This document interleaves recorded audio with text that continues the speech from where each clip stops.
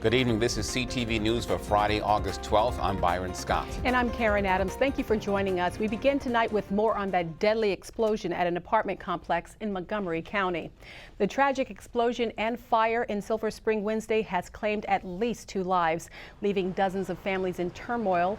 As search and recovery efforts continue today, the cause is still unknown. Officials vow to continue their search through the rubble until every tenant of the Flower Branch Apartments is accounted for. Our investigation leads us to the conclusion that the number of people are still within the remains of the buildings on our list, 8701 and 8703. Our investigators are still working with family and friends of the building's residents to confirm identities of the people who remain missing. Por ahora quiero informarles a ustedes que continuamos con la investigación y seguimos buscando a las personas que están desaparecidas. Our investigators will continue in this endeavor until we can account for everyone that was within the buildings.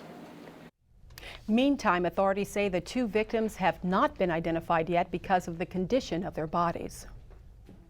And meanwhile, families are still awaiting word on their loved ones who are still missing. Patricia Vallone is at the scene with more. Después a las 11 yo sentí que algo me golpeó y desperté, pero ya estaba todo bien destruido. Yo quise alcanzar el niño, pero todo se fue abajo.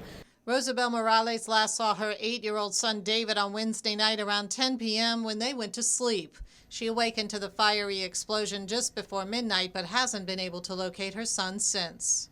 Now, emergency crews are trying to stabilize the area so they can continue the rescue effort. 2 people were found dead yesterday, and at least 5 are still unaccounted for.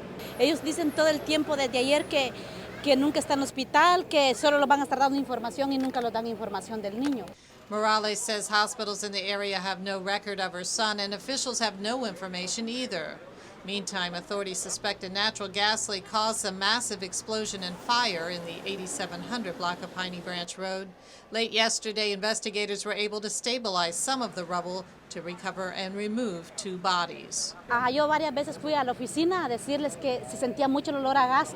Morales and other residents say they reported a gas odor numerous times to management and that the fire department came out last month to check the apartments. Que hemos escuchado muchas opiniones y muchas quejas de lo que ha pasado aquí y quizás esté pasando en otros edificios. Y eso lo vamos a asegurarnos que eso lo vamos a investigar y que vamos a seguir respondiendo. Montgomery County Councilwoman Nancy Navarro told the Latino community yesterday that she has heard their complaints and plans to take action. From Silver Spring, Patricia Vallone, CTV News. Meantime, the Red Cross disaster team has medical staff, counselors, and volunteers on hand at the Long Branch Community Center down the street. Officials say approximately half of the nearly 100 displaced residents are finding refuge at the emergency shelter there. Others who have made arrangements to stay elsewhere come for meals and assistance. The county is running shuttle buses to connect victims at the center to area donation and resources sites. We've got roughly 50 households who are in need of permanent housing. Some of those were a couple households living in 1 unit. So right now, that's what we're working on, is getting those people matched with available housing in Montgomery County.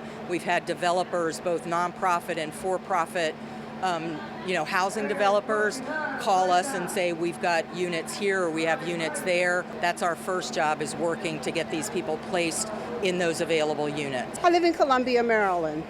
And why did you drive all the way out here today? Because I really would want someone to help me if I were involved in some catastrophic emergency. And I know that the people need whatever they can get. So I really took time today and tried to pick really nice items for a lady, things that I would wear myself. Anderson says Montgomery County leaders are working with local nonprofits to find more permanent solutions for the uprooted families. And as we mentioned, the needs of impacted families are both immediate and long-term. Officials are working with nonprofits to make sure those who lost everything have at least the necessities to get by. Casa de Maryland is one of the groups accepting donations.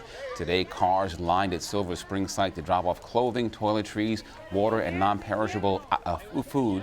Volunteers say items needed most include underwear, diapers, and baby formula. We have a team of folks. When cars come in, we have teams of volunteers pouring the donations donations out into one section, and then we have a sorting team that's sorting the donations, and then we have a transfer team where we're transferring all of our donations from one point to our pickup location and our trailers over here. We brought our whole summer camp today, and we brought them because we wanted to show them that this is their community and they can help out with their community. This is a disaster that, you know, not only their neighbors are affected by, but the whole community is affected by. So we wanted to bring them in. Officials say cash donations are preferred. Contributions can be made online at mhpartners.org or send a check by mail to the Montgomery Housing Partnership and include Long Branch Fire in the memo line.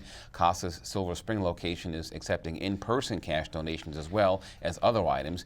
You can also drop off supplies at the Langley Park Multi-Service Center. Both sites are located on University Boulevard. And you're watching CTV News. I'm Byron Scott. And I'm Karen Adams.